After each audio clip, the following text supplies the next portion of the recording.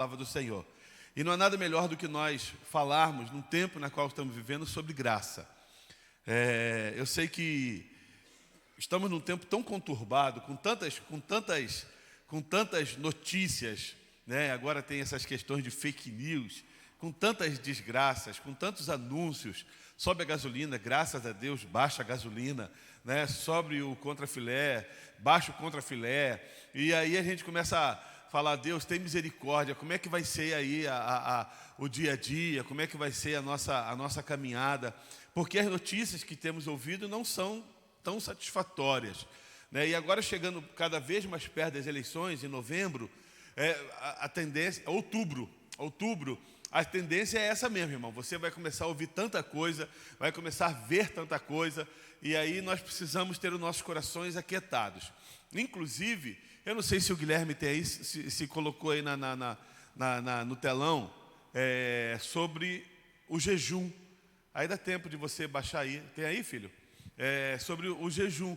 Nós vamos fazer o jejum, um jejum sobre milagres, né? Eu desejo milagre na minha vida, e eu espero que você deseje um milagre na sua vida também, em nome do Senhor Jesus, porque milagre só vem de Deus.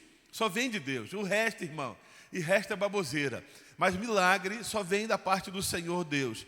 E aí nós vamos fazer um jejum sobre milagres, buscando, não tem nada de errado sobre isso, buscando o Senhor. E a nossa ideia é que no dia 7 de setembro, ou seja, mês que vem, nós vamos fazer um culto aqui na igreja à noite. Acho que é a primeira vez que eu faço um culto dia 7 de setembro. Como que vai ser esse culto? Um culto de oração, vai ter louvor, vai ter palavra, mas o culto voltado à oração sobre a nossa nação. E isso é importante fazermos isso. Há uma responsabilidade muito grande sobre a igreja de Cristo em relação à sua nação, em relação a onde você está. E nós não vamos orar nem para Bolsonaro, não vamos orar nem para Lula, não vamos orar nem para aquele que você gosta muito, pastor Milton. Quem? Ciro Gomes, aquele outro que é crente aí que está entrando aí. Pablo Marçal, não vamos, ele está furioso. Não vamos, né, porque o Lula queria pegar o dinheiro dele. Não vamos, nós vamos orar para que Deus dirija a nossa nação. Amém, queridos? É isso. Eu não quero chegar para você e falar assim: vota em... Não, você tem que ter uma consciência política. Você tem que ter uma consciência santa. E eu não vou, e você não vai ser, de jeito nenhum, excluído, encostado, porque votou em A, B, ou C, ou D. Negativo, você vota, e o voto inclusive é secreto. Não precisa me contar não, vota lá e fica feliz. Mas essa aqui, apaga a luz aqui porque está meio esquisito. O cara que fez essa arte estava muito inspirado. Vamos lá. Esse cara sou eu. 14 dias de jejum. Vivendo milagres, é o que nós precisamos. Participe desse propósito para receber milagres nesses tempos. Deus se manifestará em nossas vidas. Então, eu gostaria que você já preparasse o seu coração. Vai começar no domingo, dia 29, e vai até o domingo, dia 11. Sendo que 7 de setembro, nós teremos aqui um momento de encontro. E eu sempre gosto de falar que jejum é interessante. Porque jejum está ligado diretamente a esforço. A você abrir mão, né? Então assim, eu vou fazer jejum, igual nós tivemos uma vez, eu vou fazer jejum de café. Para quem precisa, é doído, viu, irmãos? Porque dá dor de cabeça, dá tremedeira. O cara é quase o cara que é viciado numa droga e tem que abrir mão daquela droga, porque o café, a pessoa que é viciada, é difícil. Eu estudei no seminário com um seminarista, hoje é pastor Ramon, lá em Santa Bárbara. Ele passava a madrugada fazendo um trabalho de seminário com aquela impressorinha antiga, sabe? E eu falava: Ramon, pelo amor de Deus, desliga esse negócio aí. E uma cafeteira com aquele cheiro de café no quarto, eu e ele só. E ele, o suor do nego cheirava a cafeína. Tirar o café de um homem desse, meu irmão, é igual tirar cocaína de um viciado. Não é fácil. Nós tivemos gente na igreja que fez de café: pastor, não estou aguentando, minha enxaqueca. Não sei quantos tomam café. mas me dá enxaqueca se eu não tomar café. Tem que tomar um golinho de café todo dia. Então, é importante isso. E a pessoa falava assim, não tomei café, mas estou com o bolso cheio de bala de café. Aí não vira, né, irmão? Eu estou fazendo jejum de carne, mas eu estou comendo, aí começa a falar vários derivados de carne. Não, faz o negócio direito, irmão. E conforme o seu esforço, é o tamanho do seu milagre. É isso que nós estamos orando ao Senhor. Faça um esforço. Você quer um bom conselho? Faça de Daniel. Faça 14 dias aí, comendo legumes, abrindo mão.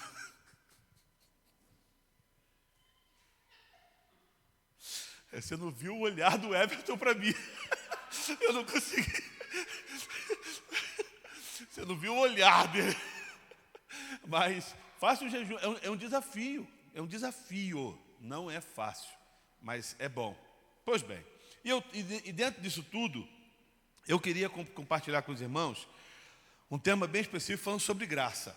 Graça. E quando nós falamos sobre graça, claro que nós vamos referir-se a Jesus Cristo, porque graça é aquilo que nós não merecemos e você recebe sem merecer. Você recebe sem merecer. Não é como o pai em relação ao seu filho. Olha, se você estudar e se você passar de ano, no final do ano eu dou aquela bicicleta que você quer. Isso não é graça. É se você fizer, eu te dou. Não, o Senhor Deus, quando derramou sobre nós graça, Ele não colocou condições. A única condição que tem é de você requerer receber. A única condição que tem é você falar, eu quero. É essa a condição. Mas Ele derramou sobre todos a graça dEle. Mas eu quero compartilhar com os irmãos sobre esse tema lá em 2 Samuel. Você pode abrir lá comigo? 2 Samuel, capítulo 9. E vamos ler do 1 ao 13.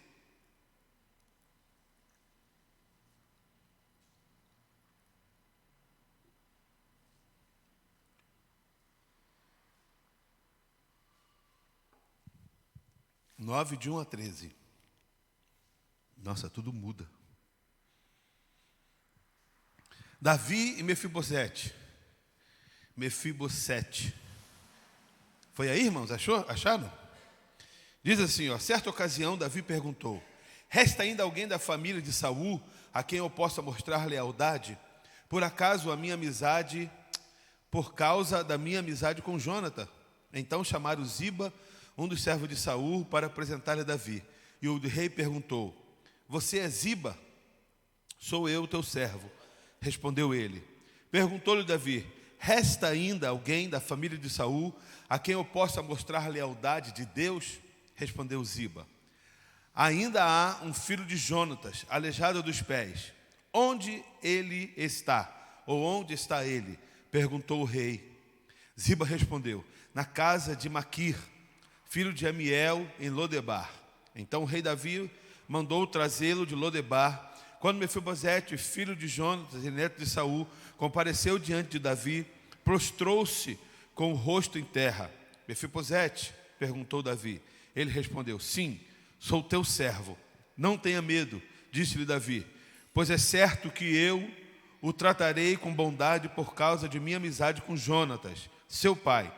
Vou devolver-lhe todas as terras que pertenciam a seu avô Saul, e você comerá sempre à minha mesa. Mefibosete prostrou-se e disse, quem é o teu servo para que te preocupes com um cão morto como eu? Então o rei convocou Ziba e disse-lhe, devolvi ao neto de Saul, seu senhor, tudo o que pertencia a ele e à família dele. Você, seu filho e seus servos cultivarão a terra para ele. Você trará a colheita para que haja provisão na casa do neto de seu senhor. Mas Mefibosete comerá sempre à minha mesa. Ziba tinha 15 filhos e 20 servos. Então Ziba disse ao rei, o teu servo fará tudo o que o rei, meu senhor, ordenou. Assim Mefibosete passou a comer à mesa de Davi, como se fosse um dos seus filhos. Mefibosete tinha um filho ainda jovem chamado Mica, e todos os que moravam na casa de Ziba tornaram-se servos de Mefibosete. Então Mefibosete, que era aleijado dos pés, foi morar em Jerusalém, pois passou a comer sempre à mesa do rei. Somente até aí. Quando nós falamos dessa história, eu amo a história de Davi. A história de Davi é lindíssima. E eu sempre procuro ouvir mensagens sobre Davi, porque eu gosto demais de Davi. É uma das histórias em que mexe bastante com o meu coração. E quando nós lemos esse texto sobre esse rapaz que era aleijado, quer dizer, a Bíblia não fala que era rapaz, a Bíblia fala que ele era aleijado. Ele morava em Lodebar, ele se escondia. Por quê? Saul já era morto, Jonatas era morto, o rei a nação foi instituiu um novo rei, que foi Davi, e normalmente esse novo rei, que assumiu o trono, ele mandava matar toda a descendência do rei anterior. Por quê? Para não ter ninguém que pudesse requerer ao trono. Não havendo descendência, não havendo ninguém se levantava para requerer o trono do rei que agora estava reinando. Então era normal que o rei que assumisse o trono matava todo mundo. Davi faz diferente. Davi, apesar de ter tido vários problemas com Saul e ter sido perseguido por Saul, mas Davi sempre amou a Saul e o respeitou por saber que ele era o ungido do Senhor. E tinha uma amizade com o filho de Saul, Jonatas. Sabendo ele, quando ele assume o trono, ele pergunta: há alguém ainda da casa do meu amigo Jonatas que está aí espalhado em algum lugar? E uma pessoa falou: tem sim, tem lá Mefibosete. Ele está lá em Lodebar e ele está vivendo lá escondido. Ele tem um problema na perna e conta a Bíblia por que ele ficou manco. Então ele está lá escondido, manda chamar ele. Quando esse homem ele se apresenta ao rei, instantaneamente ele se prostra diante de Davi, ele se ajoelha diante de Davi e fala assim: sou eu, Mefibosete, teu servo. Para dizer: não me mata não, eu já estou declarando que eu serei teu servo. Não acaba com a minha história não, eu vou te servir. E Davi imediatamente o reconhece a importância desse homem e fala: a partir de hoje você vai comer na minha mesa. Não só comer no palácio, mas comer na minha mesa. A honra na qual Davi estava lançando. E disse para que os servos de Ziba pudessem servir ele. E você viu aqui os filhos e 15 servos servir Mefibosete em tudo o que ele tivesse necessidade. Quando nós olhamos esse texto, a primeira coisa que eu vejo nesse texto é graça. Aquele homem, Mefibosete, não tinha o porquê receber o que recebeu de Davi. Na verdade, se olhar friamente pela história e pela tradição, o fim daquele homem era a morte. Mas Davi derrama graça sobre ele. Davi olha para ele e fala: não. Pela consideração que eu tive, o que eu tenho pelo seu pai, eu vou derramar graça sobre você. Eu vou considerar você. Eu vou deixar com que você possa viver dentro do palácio e ter a terra que antes era do seu avô, rei Saul, agora vai pertencer a você. E tudo que for plantado lá é seu. Além de se assentar, além de comer, viver, ele ainda tinha bens para poder viver bem. Pois bem, quando nós lemos esse texto, Davi, ele nos traz uma lição maravilhosa. E quando nós olhamos no decorrer da história bíblica, você sai de Samuel e vai até os evangelhos, você vê essa mesma graça do Senhor sobre a minha vida e sobre a sua vida. Ou seja, antes, filho, vivíamos no Éden com o Senhor, pecado nos separa do Senhor e nos afasta de Deus. A graça de Deus, mesmo não sendo merecedores, Ele manda o seu Filho para morrer por mim e por você. Mesmo não sendo merecedores, mesmo não fazendo valer, mas a graça, o amor de Deus para com a humanidade, para com os homens, Ele manda o seu Filho, e a Bíblia fala, o seu único Filho para morrer por todos aqueles que nele crêem. Por isso que eu falei que a graça é derramada para todos. Mas todos têm? Não. Por quê? Porque tem que receber. Porque tem que querer. Tem que aceitar. Sabe quando você vai dar um presente para alguém e alguém fala assim: não, obrigado, eu não quero. Bem, eu nunca vi isso. Mas vai que de repente acontece, você vai falar: é verdade, o pastor falou. né? Não, não, obrigado, eu não quero, eu não sou merecedor disso. Mas eu estou lhe presenteando, eu estou lhe dando, eu estou lhe ofertando, eu estou fazendo alguma coisa. Não, mas eu não quero, e não insista, eu não quero. Infelizmente, quando nós olhamos a humanidade, é dessa forma que os homens às vezes procedem. Eu não quero. Deus derrama da graça sobre nós, mesmo não sendo merecedores, manda o seu filho morrer na cruz do Calvário e nós não queremos. E há algumas considerações aqui bem importantes que eu quero compartilhar com você quando eu vi sobre esse tema, sobre a graça do Senhor, a graça de Davi sobre esse homem e a graça de Deus sobre a minha vida e sobre a tua vida, porque ela te alcançou e me alcançou. Amém, queridos? Primeira coisa que nós aprendemos é que a graça de Deus nos encontra primeiro. Pensa quando você, antes de aceitar o Senhor Jesus Cristo, antes de colocar a sua vida diante de Deus, tudo na época conspirou para que você um dia tivesse um encontro com o Senhor. Talvez hoje nós não tenhamos entendimento para isso. Mas se você imaginar, alguém falou, aquela semente foi lançada 2 anos atrás, 1 ano atrás, 6 meses, 1 mês, alguém chega e te convida e você decide ir numa igreja evangélica e aceitar, ou não, numa igreja evangélica, você pode aceitar Jesus aonde você estiver, e ali aceitar o Senhor como seu único e suficiente Salvador. Antes que você possa aceitar, essa graça já tinha sido lançada. Ela já estava pronta para mim e para você.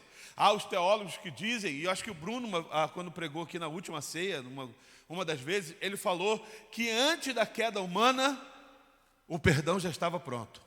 Jesus Cristo já estava pronto. O resgate já estava pronto. O preço que foi colocado já tinha condições de ser pago. Isso é graça, isso é amor sobre a minha vida e sobre a sua vida. Antes que eu e você pudéssemos fazer qualquer coisa, o Senhor fala assim, quer saber de uma coisa? Não importa o que você faça, a minha graça te basta. Ela te alcança, ela te cobre, ela te perdoa, ela muda a tua história e a tua vida. Então, quando nós encontramos aqui, a primeira é que a graça de Deus nos encontra primeiro. Antes que você possa correr, a graça nos encontra, a graça vai até nós, a graça vem ao nosso encontro, para que você e eu pudéssemos tomar, ou possamos tomar, uma decisão em nossas vidas. E eu não quero discutir esse assunto, porque é um assunto chato de discutir, eu não gosto de discutir, mas eu já vi pessoas em que a graça foi lançada sobre ela, e ela falou assim, não quero. E eu estava com meu pai nesse dia. E eu fiquei assim, escandalizado. E o meu pai não era nada da finese de falar sobre o amor de Cristo. Ele falava curto e grosso, mas pensa num cara que sabia ganhar pessoas para Cristo. Mas uma mulher na cama, nos últimos suspiros, o câncer comeu todo o interior dela, estava nos últimos fios de vida. Meu pai falava assim, dona fulana, deixa eu falar uma coisa para a senhora. Há um plano de salvação. E eu gostaria de falar sobre Jesus Cristo na sua vida. E aquela mulher, eu não quero aceitar Jesus. E meu pai falava para ela assim, e eu do lado, falava, meu Deus, como assim essa mulher não quer aceitar Jesus? Não, só não está entendendo. Deixa eu explicar de novo para a senhora. Jesus Cristo morreu pela senhora, morreu por mim, para que nós pudéssemos ter vida e vida eterna com Ele. Há um lugar melhor, onde não vai ter dor, onde não vai ter nada, onde não vai ter câncer. Mas para isso a senhora precisa falar, eu te aceito como meu único e suficiente Salvador. Pastor, já entendi, eu sei o que o senhor está falando, eu não quero. Ele falou, então deixa eu falar uma coisa para a senhora, você não está entendendo. Se a senhora morrer do jeito que a senhora vai para o inferno. A senhora vai queimar no fogo do inferno, que foi preparado por o diabo e seus anjos. Mas a senhora quer tomar posse de um lugar que não é da senhora. O senhor não está entendendo. Eu não quero aceitar o Senhor Jesus Cristo. Se é para ir para o inferno, eu vou para o inferno. E aí? A graça foi lançada, não foi? E ela falou o que para a graça? A dona Graça saiu chateada. Porque não foi aceita. Ela não quis. A mesma coisa aconteceu com uma prima dele. Morava a mãe e 3 primas. A mãe viúva, 3 primas extremamente solteironas e bem-sucedida na vida. Pensa bem-sucedida. Só que as 4 moravam dentro da casa e não se falavam. Não se cumprimentavam. O negócio lá era assim, ó. Mora eu, o Júnior e o pastor Milton na mesma casa. O Júnior tem o papel higiênico dele, eu tenho o meu, o pastor Milton tem o dele. Cada um, eu tenho o meu arroz, ele tem o arroz, ele tem o arroz dele. Eu tenho a minha carne, ele tem a carne dele. E é assim. E quando uma estava no leito e eu estava de novo perto dele, ele falou, ô filha, eu não vou falar o nome porque depois que está gravado é complicado. Filha, deixa eu te falar uma coisa, você precisa perdoar suas irmãs, para que você possa morrer em paz. Não quero liberar perdão. Se eu for para o inferno por falta de perdão, prefiro para o inferno, porque elas vão comigo para o inferno. Cara, eu saí dali assim, escandalizado. Falei, como assim? Eu chamava de tio. Como a tia não quer aceitar Jesus? Está morrendo e vai morrer. E morreu. E não aceitou Jesus. Mas a dona Graça foi apresentada e não foi recebida. A graça sempre está pronta primeiro. Antes que Mefibosete chegasse a Davi, Davi já estava com a graça pronta sobre ele. Ele chega apavorado, meu Deus, ele vai me matar, e agora? Porque eu sou o único descendente, herdeiro desse trono, ele vai me matar. Aleijado, não posso correr, não posso fazer nada, eu estou em Lodebar, um lugar que ninguém queria ir, aonde Lodebar fala sem pasto, não, Debar, raízes, não tem raiz, não tem bar, não tem bar devia ter, né? Sem pasto, não tinha pasto, nada tinha vida naquele lugar. Segunda coisa que eu aprendo, você só encontra a graça quando deixa para trás um passado deficiente. Para nós encontrarmos a graça do Senhor, é necessário abrirmos mão. Não tem história, irmãos. Não tem, meu pai falava assim, não tem quais. Não tem história. Para aceitar a graça do Senhor, é necessário deixar o passado para trás. Não tem como viver com os dois ao mesmo tempo. Não tem como brincar com os dois ao mesmo tempo. Ora eu estou na graça e ora eu vivo do meu passado. Para aceitar a graça, é importante deixar o passado para trás. O passado deficiente para trás. Sabe qual que é um dos grandes problemas? Que quando se apresenta a graça, ou quando nós estamos na igreja, querendo viver essa graça e não conseguimos, porque ainda somos atraídos pelo nosso passado. Ainda somos atraídos pelaquilo que fazíamos. A libertação precisa ser total e completa em nossas vidas. O problema é que tem muitos crentes que querem ser libertos pela metade. Não, liberta só a metade, a outra metade não precisa ser liberta, porque eu ainda preciso, eu sou jovem demais, e eu preciso viver ainda algumas coisas que eu vivia, ou que eu vivo. Então assim, salva só a metade, não tem salvação só da metade. A graça não alcança só a metade, ou a graça alcança tudo, ou a graça não alcança nada. Não tem jeito, irmãos. Davi estava com aquilo ali pronto, mas era preciso que Mefibosete saísse de Lodebar, uma terra sem raiz, uma terra sem pasto, que nada dava, e voltasse para Davi e deixasse com que a graça de Davi pudesse alcançar ele. Talvez Mefibosete pudesse falar assim, faz o seguinte, ó, você já perdoou? Eu vou voltar lá para Lodebar. Volto perdoado. Volto tranquilo, porque eu sei que você não vai me perseguir. E é nessa visão que muitos crentes às vezes fazem. Já derramou sobre mim? Então deixa eu voltar e viver a vida que eu quero. Entendendo e não entendem que o que Deus quer é te convidar, me convidar para se assentar à mesa com o rei. É o que nós fazemos aqui periodicamente, pelo menos uma vez por mês, quando preparamos a mesa e nos assentamos à mesa. Estamos juntos à mesa. Essa é a importância da graça do Senhor sobre a minha vida e sobre a sua vida. Terceira coisa que eu aprendo, que você só encontra graça quando descobre o lugar a que pertence. Só encontramos graça quando descobrimos o lugar que pertencemos. Se eu não entender que eu sou filho de Deus, eu não tenho vontade nenhuma de viver uma vida com Ele. Se eu não entendo que o Senhor é o meu Pai, meu Criador, e o seu amor por mim é grande, eu não tenho desejo nenhum de viver com Ele e para Ele. A graça do Senhor, ela alcança nossas vidas, mas quando nós entendemos e descobrimos o lugar na qual nós pertencemos.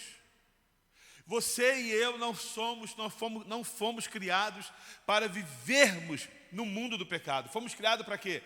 Para adoração ao Senhor, para vivermos diante de Deus. E a importância de entendermos isso. Quando entendemos essa situação, vivemos em paz. Quando entendemos a situação, colocamos os nossos corações diante do Pai. Para receber a graça, é necessário descobrir o lugar na qual você pertence. E eu não estou falando de igreja. Agora sim eu encontrei a minha igreja. Agora sim. Não estou falando sobre isso. Isso é placa. Isso é convívio denominacional. Eu estou falando de Deus. Viver debaixo da graça do Senhor Deus. A importância disso. Em último, finalmente, você só encontra graça por causa do filho. Nesse caso, Mefibosete era filho do rei Saul. Era neto do rei Saul. Filho de Jonatas. Sabe por que nós encontramos a graça? Porque somos filhos de Deus.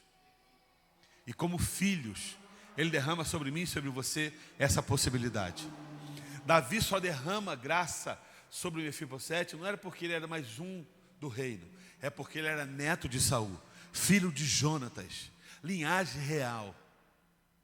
Deus derrama graça, mandando seu filho por mim, para você, porque você pertence a uma linhagem do Filho de Deus, aquele na qual te criou e me criou com um propósito especial. Mesmo que muitas das vezes falem o contrário. Mesmo que muitas das vezes possam parecer que essa história é totalmente contrária daquilo em que estamos pregando nessa noite. Você, filho de Deus, nunca. Principalmente você já viu aquela situação assim, você crente? Fala para mim, fala a verdade. Crente, com essa cara. Você não é crente em lugar nenhum, cara. Olha o que você fala, o que você faz. Sabe o que eu comecei a descobrir? Algumas vezes, eu vou aproveitar o Everton e a Elton aí. Algumas vezes eu ajudei eles a fazer umas entregas. E aí, lá no galpão, cheio de gente. E você encontra de tudo lá. De batedor de tambor a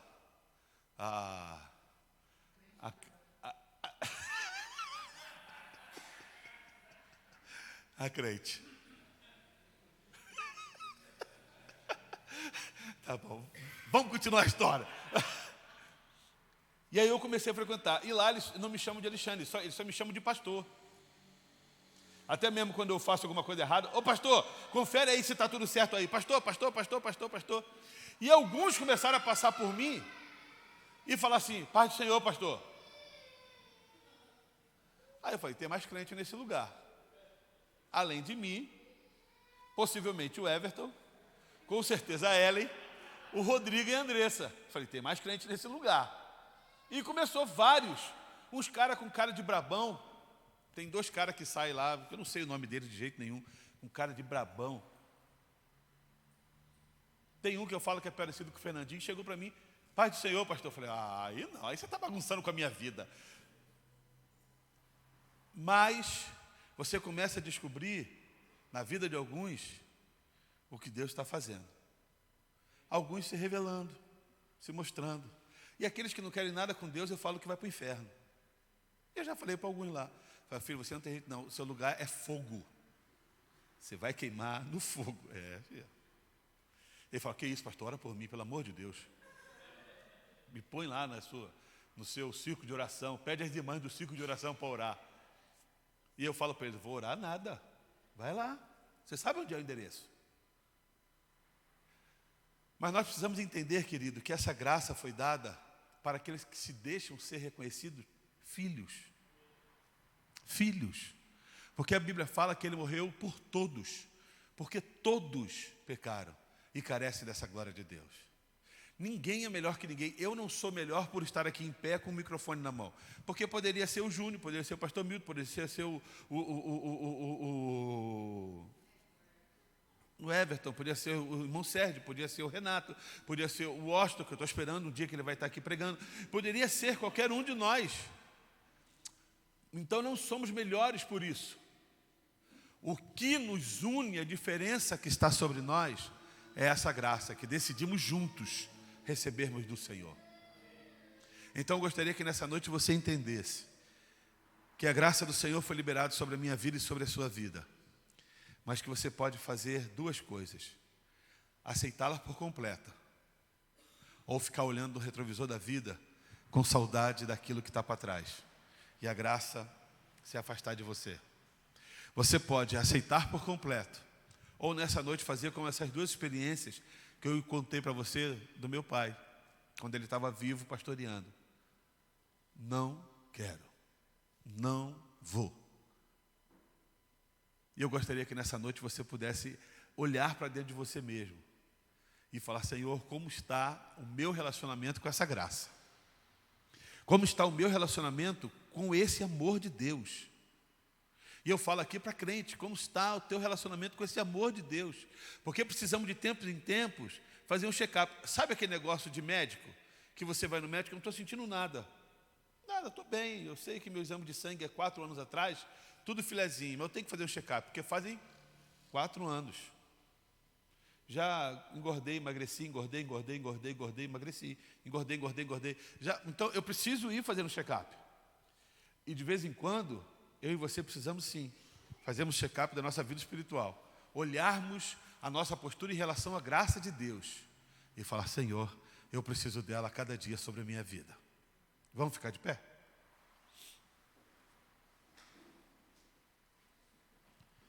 Eu gostaria que você fechasse os seus olhos. O convite de Davi para Mefibosete foi: sai de Lodebar e vem viver comigo no palácio. Você vai se assentar à mesa comigo. O convite de Deus para mim e para você é o seguinte: larga a vida que você tem vivido e vem viver comigo. Os convites continuam sendo os mesmos, mas as decisões podem ser diferentes. Nessa noite o Senhor te convida a você olhar e como você tem se relacionado com essa graça do Senhor. Como você tem vivido essa graça do Senhor sobre a tua vida. Como nós temos vivido essa graça todos os dias em nossos corações. Você pode rejeitá-la, você pode fugir, ou você pode decidir mergulhar nela. Daquilo em que Deus tem para a tua vida. Daquilo em que Deus preparou para mim e para você.